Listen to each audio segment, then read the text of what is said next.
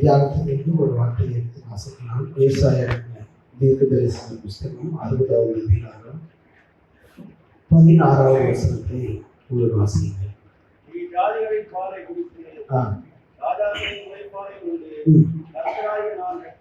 கர்த்தராகிய நான் இரட்சகர் என்றும் யாக்கோபின் வல்லவர் உன் மீட்பர் என்றும் அறிந்து கொள்வார். அல்லேலூயா. அந்த கடைசி பகுதியை எல்லாரும் சேர்ந்து வாசிப்போமா? கர்த்தராகிய நான் இரட்சகர் என்றும் யாக்கோபின் வல்லவர் உன் மீட்பர் என்றும் அறிந்து கொள்வார். இன்னொரு முறை, கர்த்தராகிய நான் இரட்சகர் என்றும் யாக்கோபின் வல்லவர் உன் மீட்பர் என்றும் அறிந்து கொள்வார். நம்ம எல்லாருக்கும் தெரிந்தது போல இந்த 2025ஆம் ஆண்டு முழுவதும் ஏசாயா 60 அடிப்படையாக கொண்டுதான் நடத்தி கொண்டிருக்கிறோம். அந்த வகையில் இந்த ஆகஸ்ட் மாதத்தில் தேவன் நமக்கு தருகிற வார்த்தை, கர்த்தராகிய நான் இரட்சகர், யாக்கோபின் வல்லவர் உன் மீட்பர். இதுதான் இந்த மாதத்தில் தேவன் நமக்கு தருகிற தேவனுடைய தீர்க்க தரிசன வார்த்தையாக அவர் நமக்கு தருகிறார். அவர் நம்முடைய இரட்சகர், அவர் நம்முடைய மீட்பர் என்பதை நாம் அறிந்து கொள்ளுகிற மாதமாக இந்த ஆகஸ்ட் மாதம் இருக்கிறார். அவரே நம்முடைய இரட்சகர் என்று சொல்லும் பொழுது, இரட்சகர் என்ற வார்த்தைக்கு அநேக அர்த்தங்கள் இருக்கு. இயேசு கிறிஸ்துவ என்ன சொல்லுகிறோம்? அவர் தான் உலக இரட்சகர் என்று சொல்லுகிறோம். இயேசு கிறிஸ்து ஏன் இரட்சகர்? எல்லாவற்றிலிருந்து, பாவத்திலிருந்து நம்மை விடுவிக்கிறவர். அதுதான் இரட்சகர் என்று சொல்லுவோம். அப்ப இரட்சகர், மீட்பர் என்று சொல்லும் பொழுது, மீட்பர் என்றால் மீட்டுக் கொள்ளுகிறவர். ஏதோ ஒரு காரியத்தில் சிக்கி கொண்டிருக்கிற ஒருவரை மீட்கிறவர் தான் மீட்பர். அப்போ அவர் நம்மை ரட்சிக்கிறவர். மீட்பர் என்று சொல்லும் பொழுது நம்மை பாதுகாக்கிறவர், தப்புவிப்பவர், வழி நடத்துகிறவர், இது எல்லாமே அதுக்குள்ளவர். ரட்சகர், ரட்சிப்பவர். நமக்கு வாழ்க்கையில வரக்கூடிய எல்லா இக்கட்டின் சூழ்நிலையில இருந்தும் நம்மை தப்புவிக்கிறவர் என்கிற அர்த்தத்தில் நான் தியானிக்கிறோம். கர்த்தருக்கு சித்தமானால் இந்த மாதம் முழுவதும் அவர் நம்முடைய இரட்சகர், அவர் நம்முடைய மீட்பர் என்பதை தானியேல் தீர்க்கதரிசன புஸ்தகத்திலிருந்து இந்த ஆகஸ்ட் மாதம் முழுவதும் தியானிக்க அவர் நமக்கு கிருபை தருவாராக. இந்த மாதம் முழுவதும் தியானிக்க போகிறதை வேகமாக உங்களிடத்துல பகிர்ந்து கொள்கிறேன். நாம் எல்லாரும் தானியேல் தீர்க்கதரிசன புஸ்தகத்துக்கு நேராக நம்முடைய கவனத்தை திருப்போம். 4 இடங்களில் தேவன் எப்படி தன்னை இரட்சகர் என்றும் மீட்பர் என்றும் ஜனங்களுக்கு காட்டுகிறார், அதனால் வரக்கூடிய ஆசீர்வாதங்கள் என்னென்ன என்பதை நாம் பார்க்க போகிறோம். எப்படியெல்லாம் அவருடைய ஜனங்களை தேவன் தப்புவித்தார். அவருடைய ஜனங்கள் தானியேல் 1ஆம் அதிகாரத்திலிருந்து நம்மால் பார்க்க முடியும். முதல் அதிகாரத்தில் 8வது வசனத்தை ஒரு ராசிகள் 1:8. தானியேல் ராஜாவின் போஜனத்தினாலும் அவர் பான பண்ணும் திராட்சை ரசத்தினாலும் தன்னை தீட்டுப்படுத்தலாகாது என்று தன் இருதயத்தில் தீர்மானம் பண்ணி கொண்டு தன்னை தீட்டுப்படுத்தாதபடி பிரதானிகளின் தலைவனிடத்தில் வேண்டிக் கொண்டார். சூழ்நிலை நம்ம எல்லாருக்கும் தெரியும். தானியேல் அடிமையாக பாபிலோனுக்கு எழுதி செல்லப்படுகிறார். யூத ஜனங்கள், எருசலேம் ஜனங்கள் இஸ்ரவேலிலிருந்து பாபிலோனுக்கு அடிமைகளாக எடுத்து செல்லப்படுகிறார்கள். அங்கே அடிமைகளாக இருக்கிற இடத்தில் நல்ல வாலிபர்கள், நல்ல வாட்ட சாட்டமா ஞானம் உள்ளவர்கள், அறிவுள்ள வாலிபர்களை ராஜா தனக்கு அடுத்த நிலையில் வேலை செய்யும்படியாக வைக்கிறார். அப்படி தேர்ந்தெடுக்கப்பட்ட ஒருவர் தான் இந்த தானியேல். அப்போ இந்த எல்லா வாலிபர்களுக்கும் என்ன சாப்பாடு கொடுக்குறாங்கன்னா, ராஜாவுக்கு கொடுக்குற சாப்பாடு யாரு கொடுக்குறாங்க? இந்த வாலிபர்களுக்கெல்லாம். ஏனென்றால் அவர்கள் ராஜாவுக்கு அடுத்த இடத்திலிருந்து வேலை செய்ய வேண்டும் என்பதனால் அவங்க நல்லா இருக்கணும்னு சொல்லிட்டு இந்த சாப்பாடு எல்லாம் கொடுக்குறாங்க. ஆனால் தானியேல் செய்கிற ஒரு காரியம், தானியேல் ராஜாவின் போஜனத்தினால் தன்னை தீட்டுப்படுத்தல் ஆகாது, அவர் பானப்படும் திராட்சை ரசத்தினாலும் தன்னை தீட்டுப்படுத்தல் ஆகாது என்று தன் இருதயத்தில் தீர்மானம் பண்ணி கொண்டு தன்னை தீட்டுப்படுத்தாதபடி பிரதானிகளின் தலைவர் எடுத்து வேண்டிப்பார். அவர் நம்மை தப்புவிக்கிறவர், நம்மை மீட்கிறவர், எந்த சந்தேகமும் இல்லை. முதலாவது தானியேலுடைய வாழ்க்கையிலிருந்து பார்க்கும் பொழுது, தேவன் எப்பொழுது அவனை மீட்டு அவனை ரட்சித்தார் என்றால், அவன் எப்பொழுது என்னுடைய பரிசுத்தத்திலிருந்து நான் விலகி போக மாட்டேன், என்னுடைய பரிசுத்த வாழ்க்கையில் நான் உறுதியாக இருப்பேன் என்கிற தீர்மானத்தை தானியேல் எப்பொழுது எடுத்தானோ, அங்கே தேவன் அவனை தப்புவிக்கிற தேவனாக வெளிப்பட்டார். அல்லேலூயா, அல்லேலூயா. ராஜாவின் போஜனத்தினால் என்னை தீட்டுப்படுத்த மாட்டேன். ஏனென்றால் ஒரு யூதன், ஒரு இஸ்ரவேல் ஜனங்கள், தேவனை பின்பற்றுகிற ஜனங்கள், அவருடைய கட்டளைகளின்படி இந்த போஜனங்கள் எல்லாம் என்ன பண்ண மாட்டாங்க அப்படின்னா சாப்பிடக்கூடாது. அதுதான் அன்றைக்கு இருந்த முறைமை. ஆனால் இப்பொழுது தானியேலை பார்ப்பதற்கு அங்கே யாரும் இல்லை. ஏனென்றால் அடிமையாக வேறொரு நாட்டில் இருக்கிறான், பாபிலோன்ல இருக்கிறான். யாரும் இல்லை பார்ப்பதற்கு, நீ செய்கிறது தவறு என்று சொல்வதற்கு யாரும் இல்லை. ஆனால் தானியேல் எடுத்த தீர்மானம், நான் என்னுடைய பரிசுத்த வாழ்க்கையை காத்துக்கொள்வேன், ஒரு நாளும் என்னுடைய பரிசுத்தத்தில் இருந்து நான் என்ன பண்ண மாட்டேன், இடறி போக மாட்டேன் என்கிற தீர்மானத்தில் உறுதியாக இருந்தால் பின்னாடி வரக்கூடிய காரியங்களை வாசிக்கும் பொழுது நமக்கு தெரியும், தானியேலை தேவன் தப்புவித்தார். தானியேலை தேவன் தப்புவித்தார், அவரை ரட்சித்தார், அவரை மீட்டு கொண்டார்.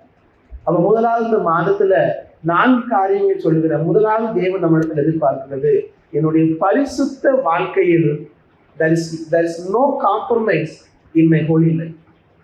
அவங்க எல்லாம் அப்படி இருக்கிறாங்கிறதுக்காக நான் சமரசம் செய்ய மாட்டேன் ஆண்டவரே. I will take a decision to be holy.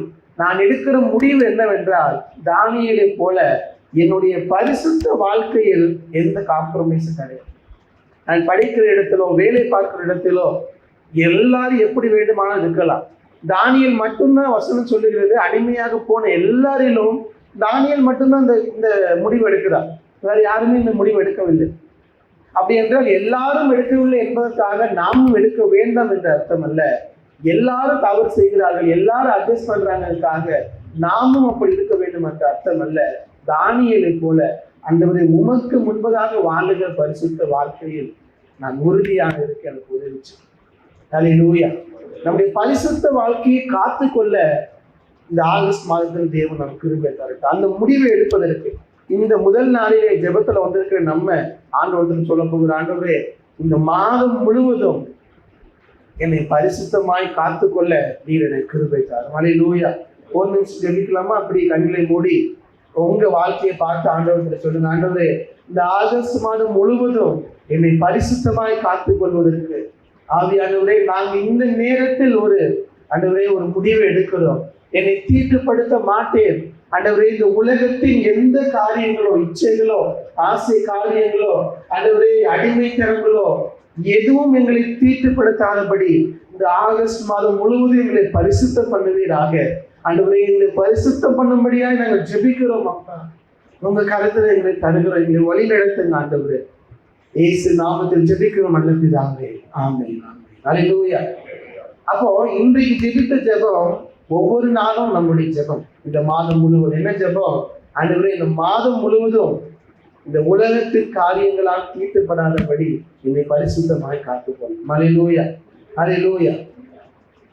இவன் பரிசுத்தமாய் காத்துக்கொள்ளும்படியாக தீர்மானத்தை எடுத்தார். ஆனால் தேவன் தந்த ஆசீர்வாதம் அவர் ரட்சிக்கிற தேவனாக மட்டுமல்ல, அதோடு கூட தேவன் சேர்த்து அவனுக்கு தந்த ஆசீர்வாதங்கள். 17வது வசனத்தை வாசிங்க. 1:17. இந்த 4 வாலிபருக்கும் தேவன் சகல எழுத்திலும் ஞானத்திலும் அறிவையும் சாமர்த்தியத்தையும் கொடுத்தார். அவங்க செய்கிற எல்லாவற்றிலும் ஞானத்தையும் அறிவையும் சாமர்த்தியத்தையும் தேவன் தானியேலுக்கு ஈவாக சேர்த்து கொடுக்கிறார். ஈவாக கொடுக்க அடுத்து தொடர்ந்து வாசிக்கிறோம். சகல தரிசனங்களையும் சொப்பனங்களையும் அறியத்தக்கதாக அறிவுள்ளவனாக்கி. நீங்க தேவனுக்கு முன்பதாக பரிசுத்தமாய் வாழ்வதற்கு முடிவெடுக்கும் பொழுது தேவன் என்ன செய்கிறாரா, நம்மை தப்புவிக்கிற தேவன் மாத்திரம் அல்ல. எஸ், ராஜாவின் கையிலிருந்து தப்புவித்தார். அதோடு விடவில்லை. நாம் பரிசுத்தமாய் வாழ தீர்மானிக்கும் பொழுது நம்மை ஞானத்தினாலும் அறிவினாலும் சாமர்த்தியத்தினாலும் சகலவித கிருபைகளாலும் தேவன் நம்மை நிரப்புகிறார். அல்லேலூயா. நான் வேலை செய்கிற இடத்துல, வீட்டுல, சமுதாயத்துல, உறவுகள் மத்தியில, சபையில், எல்லா இடத்திலும் தேவன் என்ன செய்கிறாரா, 10 மடங்கு நம்மை சமர்த்தனாக மாற்றுகிறார். 20ஆம் வசனத்தை வாசிங்க. 1:20. எந்த விஷயத்தில் ராஜா அவர்களை கேட்டு விசாரித்தானோ அதிலே தன் ராஜ்யம் எங்கும் உள்ள சகல சாஸ்திரிகளிலும் ஜோஷியரிலும் எப்படி இருக்கிறார்களா, இவங்க இந்த 4 பேரும் 10 மடங்கு சமர்த்தர்களாக. காரணம், அவங்க ராஜாவின் போஜனத்தினால் தன்னை தீட்டுப்படுத்த மாட்டேன் என்று எடுத்த தீர்மானம். உலக முறைப்படி பார்த்தா ராஜாவின் போஜனத்தை சாப்பிட்டவங்க தான் எப்படி இருந்திருக்கணும், 10 மடங்கு சமர்த்தனா இருந்திருக்கும். ஆனா இங்கே பார்க்கிறோம், ராஜாவின் போஜனத்தை சாப்பிட்டவங்க இல்ல, தீட்டுப்படுத்த மாட்டேன் என்று இருந்த தானியேல் 10 மடங்கு சமர்த்தனா. நீங்க வேலை பார்க்கிற காரியங்களிலோ எந்தெந்த காரியங்கள்ல நீங்க மாற்றத்தை எதிர்பார்க்கிறீர்களோ அது எங்கே இருந்து ஆரம்பிக்கிறது என்றால், ஆண்டவருக்கு முன்பதாக என்னை தீட்டுப்படுத்த மாட்டேன் என்று பரிசுத்தமாய் வாழுகிற வாழ்க்கையில் அவர் நம்மை தப்புவிக்கிற தேவனாக, நம்மை ரட்சிக்கிற தேவனாக இருக்கிறார்.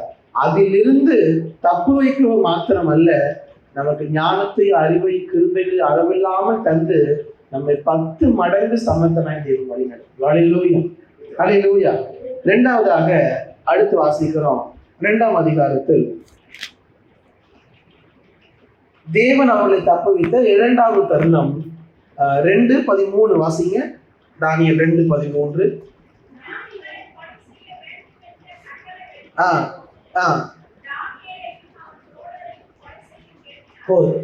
முதலாவது சொன்ன பரிசுத்தமாய் காத்து கொள்ளும் போது தேவன் தப்புவித்தார். 2வது தானியேலை கொலை செய்யும்படியாக தேடுகிறார். ஏனென்றால் ராஜாவுக்கு வரக்கூடிய ஒவ்வொரு வாரமும் இதை விளக்கமாக உங்களுக்கு விளக்கி காட்டுவேன், வேகமாக செல்லுகிறேன், நேரம் இல்லை. ராஜாவுக்கு ஒரு சொப்பனம் வருகிறது. அந்த சொப்பனத்துக்கு அர்த்தத்தை ராஜா கேட்கிறார். இப்போ நீங்க 2வது அதிகாரத்தை வாசிக்க வேண்டாம், அப்புறம் வாசிக்கலாம். அப்போ ராஜாவுக்கு என்ன பிரச்சனைன்னா, ராஜாவுக்கு கனவும் மறந்துச்சு. அதனால அர்த்தம் சொல்ற என்ன பண்ணணும், கனவையும் சொல்லி அர்த்தத்தையும் சொல்லணும். இதை பார்த்து விட்டு அந்த நாட்டில் உள்ள எல்லா சாஸ்திரிகளும் ஜோசியர்களும் ஞானிகளும் சொல்றாங்க, இது ஒருத்தரால பண்ணவே முடியாது. நீங்க கனவை சொன்னீங்கன்னா அர்த்தத்தை என்ன பண்ணிடுவோம், நாங்கள் சொல்லிடுவோம். ஆனா கனவையும் சொல்லி அர்த்தத்தையும் சொல்லணும்னா அதுக்கு வாய்ப்பே கிடையாது, ஒருவரால முடியாது.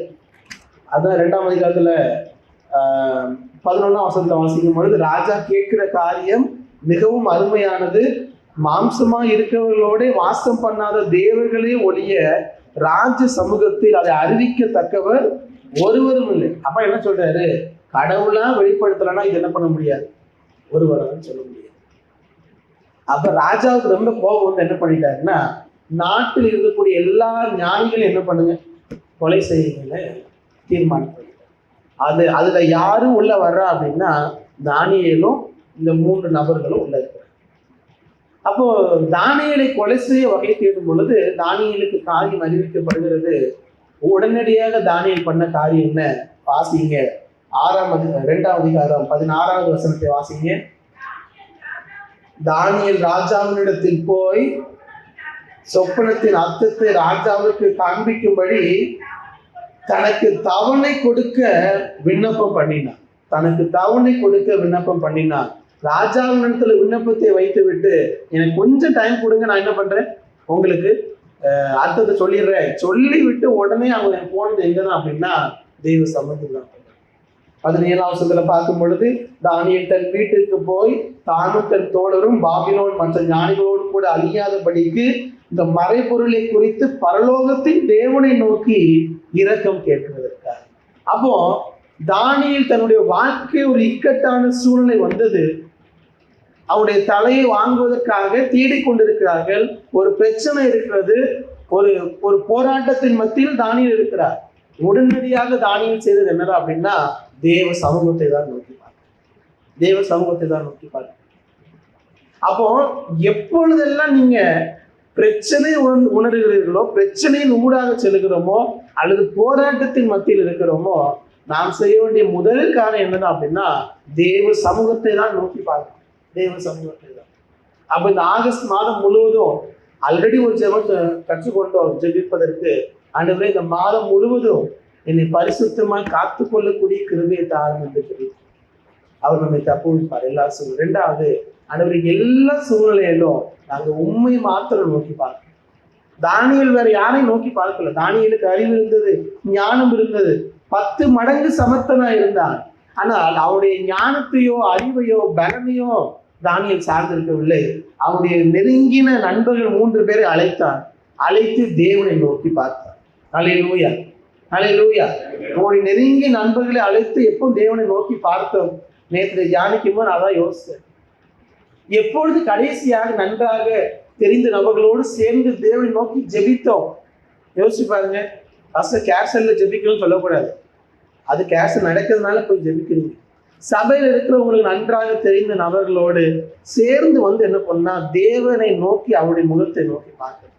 இந்த ஆகஸ்ட் மாதத்துல எப்பொழுதெல்லாம் உங்களுக்கு நேரம் எடுக்குதோ, எப்பொழுதெல்லாம் இல்லை, இந்த ஆகஸ்ட் 1 to 31 வரைக்கும் தினந்தோறும், நான் 3ஆம் தேதி ஆராதனையில் சொல்லுவேன், தினந்தோறும் தேவ முகத்தை நோக்கி பார்க்க 1 மணி நேரமாவது எடுங்க. கண்டிப்பாக எடுங்க. நான் சர்ச்சில் இந்த சண்டே அனௌன்ஸ் பண்ணுவேன். எல்லாரும் அதுல முக்கியமா இன்றைக்கு முதல் நாள்ல வந்திருக்கிற நீங்க எல்லாரும் அது கண்டிப்பாக செய்யும்படியாக நான் தாழ்வோடு கேட்கொள்ளும். சபை திறந்தா இருக்கும். நீங்க வரலாம், வந்து ஒருவராகவோ 2 பேராகவோ இந்த ஆகஸ்ட் மாதம் முழுவதும் தேவ முகத்தை நோக்கி பார்ப்பதற்கு நேரம் எடுங்க. எந்த சூழ்நிலையாக இருந்தாலும் தப்பு வைக்க அவர் போதுமானது. அல்லேலூயா, அல்லேலூயா. வந்து ஜெபிப்பீங்களா சர்ச்சில்? அல்லேலூயா. இன்னும் கையே வர மாட்டேங்குது. ஆமா, வந்து ஜெபிங்கள். காலை 10 to 1 மணி வரைக்கும் திறந்திருக்கும், 5 to 8 மணி வரைக்கும் திறந்திருக்கும்.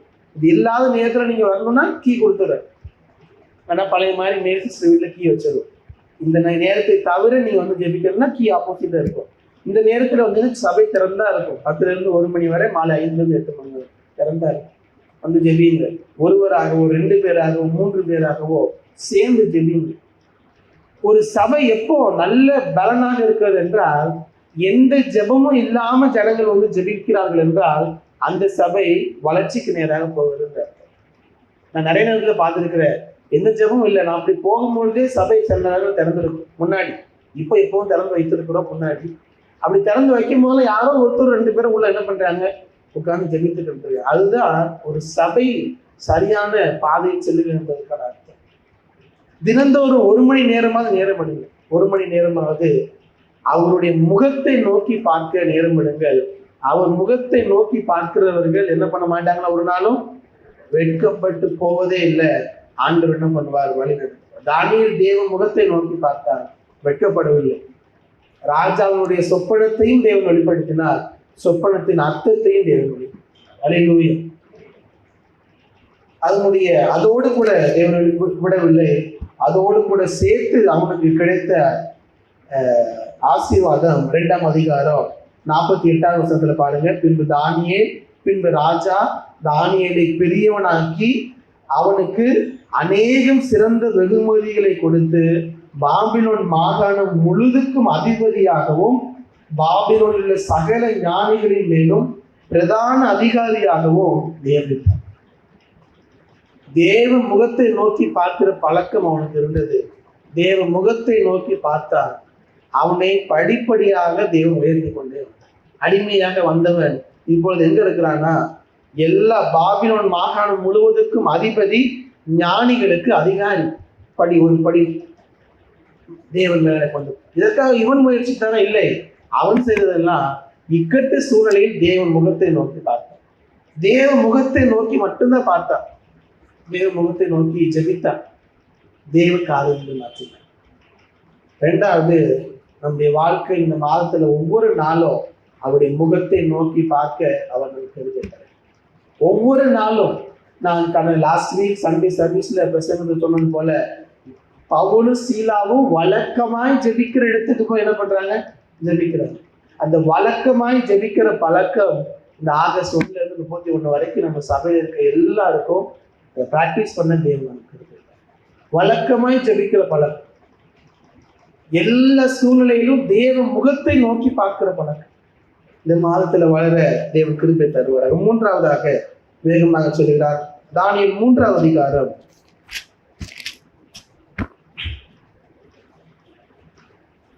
17ஆவது வசனத்தை வாசிங்கள் ஒருவர். நாங்கள் ஆராதிக்கிற தேவன்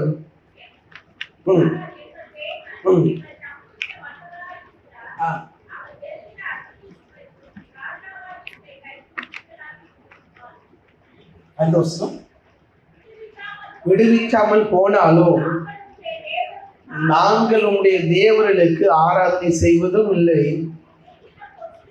நீ நிறுத்தின பொற்சிலையை பணிந்து கொள்வதும் இல்லை.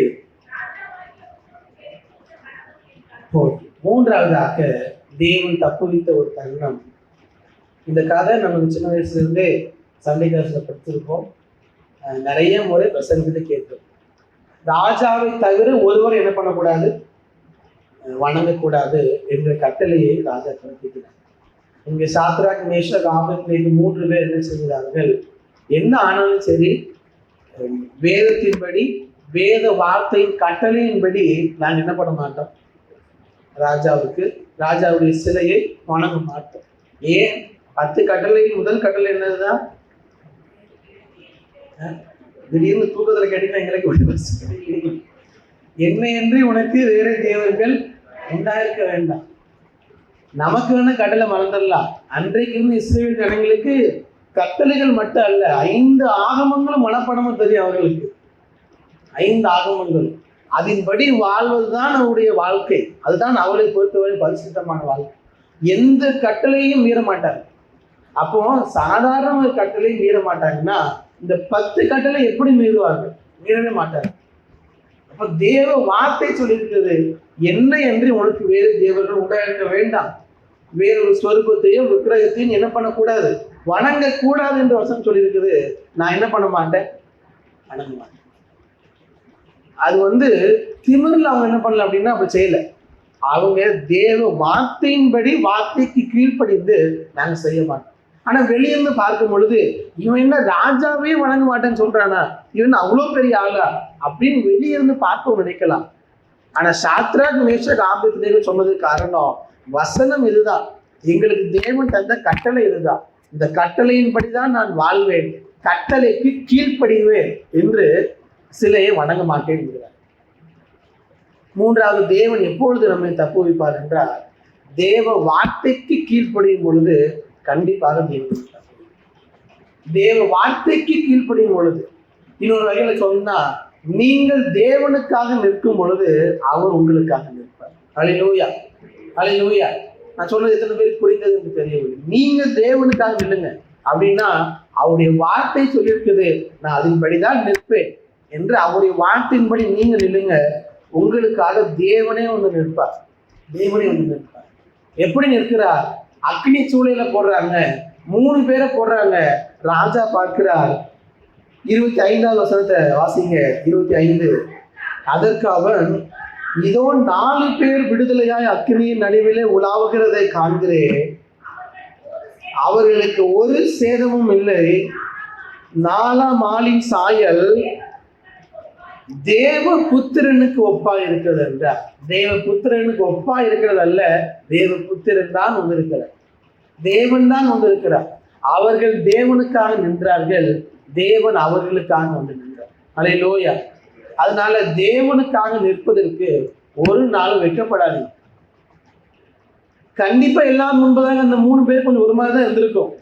அதனாலதான் சொல்றாங்க, தேவன் எங்களை விடுவிப்பார் என்று கூட சொல்லல, விடுவிப்பார், விடுவியாமல் போனாலும் பரவாயில்ல, எங்களுக்கு பிரச்சனை இல்லை சொல்றாங்க.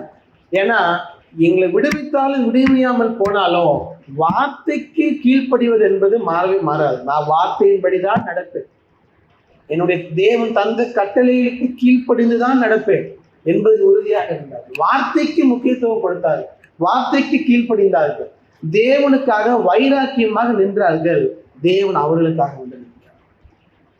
மூன்றாவதாக தேவன் நம்மை தப்புவித்தார். முதலாவது சொன்னேன், நீங்கள் பரிசுத்தமாய் வாழ முயற்சிக்கும் பொழுது, முடிவெடுக்கும் பொழுது, எதுவும் இந்த உலகத்தில் உள்ள எந்த காரியமும் என்னை தீட்டுப்படுத்தாது என்ற முடிவை நீங்கள் எடுக்கும் பொழுது அவர் உங்களை தப்புவிப்பார், ஆசீர்வதிப்பார். இரண்டாவது, அவர் முகத்தை நோக்கி பார்க்கும் பொழுது, அவர் முகத்தை தேடும் பொழுது அவர் நம்மை தப்புவிப்பார். மூன்றாவது, அவருடைய கட்டளைகளுக்கு கீழ்ப்படியும் பொழுது அவர் நம்மை தப்புவிப்பார். நான்காவதாக சொல்லி முடிக்கிறேன். தானியேல் 6ஆம் அதிகாரம். தானியேல் 6ஆம் அதிகாரம் 10வது வசனத்தை வாசிங்க. 6:10. தானியேலோ என்றால் அந்த பத்திரத்துக்கு கையெழுத்து வைக்கப்பட்டது என்று அறிந்த போதிலும் தன் வீட்டுக்குள்ளே போய் தன் மேல் அறையிலே எருசலேமுக்கு நேராக பலகணிகளை திறந்து அங்கே தான் முன் செய்து வந்தபடியே தன் தேவனுக்கு முன்பதாக முழங்கால் படியிட்டு ஜெபம் பண்ணி ஸ்தோத்திரம் செலுத்தி. நம்ம எல்லாருக்கும் இந்த வேத பகுதி நன்றாக தெரியும், அப்படிதானே? எல்லாருக்கும் தெரியும்.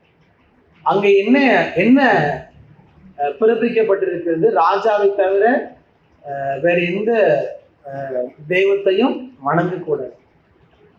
அதனால் தானியேல் என்ன பண்ணுகிறார்? தன் வழக்கமாய் செய்து வந்தபடி, அங்கே 2வது பாயிண்ட் சொன்னாங்க, வழக்கமாய் அவன் ஜெபித்தபடியே ஜெபிக்கிறான். ஆனால் இங்கே சற்று வித்தியாசமாக நாம் பார்ப்பது என்னவென்றால், தானியேல் ஜெபித்தாரா? என்ன பண்ணார்? வாசிங்க இந்த வசனத்தை கொஞ்சம் பார்த்து. தானியேல் என்ன பண்ணாரா?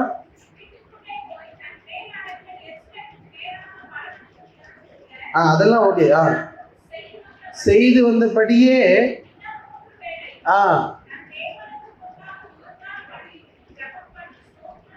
என்ன பண்ணாரு? 3 வேளையும் முழங்கால் தன் தேவனுக்கு முன்பதாக முழங்கால் படியிட்டு ஜெபம் பண்ணி ஸ்தோத்திரம் செலுத்தினான். நிறைய நேரத்தில் பார்க்கறது இல்லை. ஜெபம் பண்ணினான் மட்டும்தான். தானியேல் போல 3 வேளையும் தவறாமல் நான் ஜெபிக்கணும் பார்த்து பாடுவோம், ஜெபத்தோடு நின்று விடுகிறோம். ஆனால் தானியேல் ஜெபத்தோடு நிற்கவில்லை. 3 வேளையும் முழங்கால் படியிட்டு ஜெபம் பண்ணி கம போட்டு ஆண்டவர் கொஞ்சம் ஆட் பண்ணியிருக்கிறாரு. என்ன சொல்லியிருக்கிறாரு? ஸ்தோத்திரம் செலுத்தினான். அப்படின்னா என்ன அர்த்தம்? ஆண்டவரை ஆராதித்தான். ஸ்தோத்திரம் என்னது? He praised God. எந்த சூழ்நிலையில் யாருமே தேவனை ஆராதிக்க கூடாது என்கிற சூழ்நிலையில் ஜெபிக்கிறது பிரச்சனை இல்லை, தேவனுடைய முகத்தை தேடினார். அதோடு கூட சேர்த்து இந்த வாரம் நம்ம தியானித்தது போல பவுலும் சீலாவும் என்ன பண்றாங்க? சிறைச்சாலையில உட்காவலில் இருந்து தேவனை நோக்கி ஜெபம் பண்ணி என்ன பண்றாங்களே? தேவனை துதித்து பாடினார்களாம். அதுதான் இங்கேயும் நடக்குது. ஜெபம் மட்டும் பண்ணவில்லை, அவன் தேவனை துதித்து பாடி ஆராதிக்கிறான், ஸ்தோத்திரம் செய்கிறான், ஆராதிக்கிறான். 4வதாக சொல்லுகிறேன், நீங்க தேவனை ஆராதிக்கும் பொழுது மற்ற 3 காரியங்களை விட அவரை ஆராதிக்கும் பொழுது அவர் உங்களை தப்புவிக்காமல் இருப்பதற்கு வாய்ப்பே கிடையாது. நீங்கள் தேவனை ஆராதிக்கிற நபரா இருந்தீங்கன்னா அவர் எந்த சூழ்நிலையும் சரி, எப்படிப்பட்ட சூழ்நிலையும் சரி, உங்களை தப்புவிக்கிற தேவன் அவர். ஹல்லேலூயா, ஹல்லேலூயா. அவர் ஆராதிக்க என்பதை நாம் பார்க்க மறந்திருக்கலாம், ஆனா அந்த ராஜா பார்க்க மறக்கல. ராஜா தானியேலை பார்த்து என்ன சொல்றாரு பாருங்க. நம்ம நிறைய முறை வாசிச்சிருப்போம். நானே நேற்று வாசிக்கும் பொழுதுதான் அதை நோட் பண்ணேன். தானியேல் 16வது வசனத்தை வாசிங்க. 16.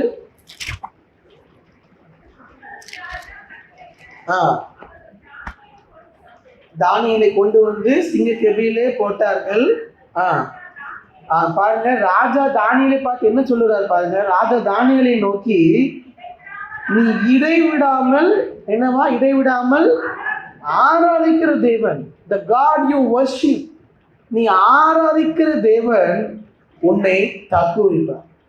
அதுதான் 4வது. நீங்கள் ஆராதிக்கும் பொழுது அவர் நம்மை தப்புவிக்காமல், நம்ம எந்த சூழ்நிலையும் சரி, பலவீனம் உங்களை பிடிச்சி வச்சிருக்குதா, கடன் பிரச்சனை நம்ம பிடித்து வைத்திருக்குதா, சூழ்நிலைகள் நம்மை பிடித்து வைத்திருக்கிறதா, மேபி எந்த சூழ்நிலையிலிருந்து நாம் தப்ப முடியாமல் சிக்கியிருந்தாலும் சரி, நாம் ஆராதிக்கிற தேவன் என்ன பண்ணுவார்? நம்மை தப்புவிப்பார். ஹல்லேலூயா, எத்தனை பேர் விசுவாசிக்கிறீங்க? அல்லேலூயா. எந்த சூழ்நிலையும் சரி, அவரை ஆராதிக்கும் பொழுது தேவன் நமக்காக இறங்கி வராமல் இருக்கவே முடியாது. இருக்க மாட்டார்.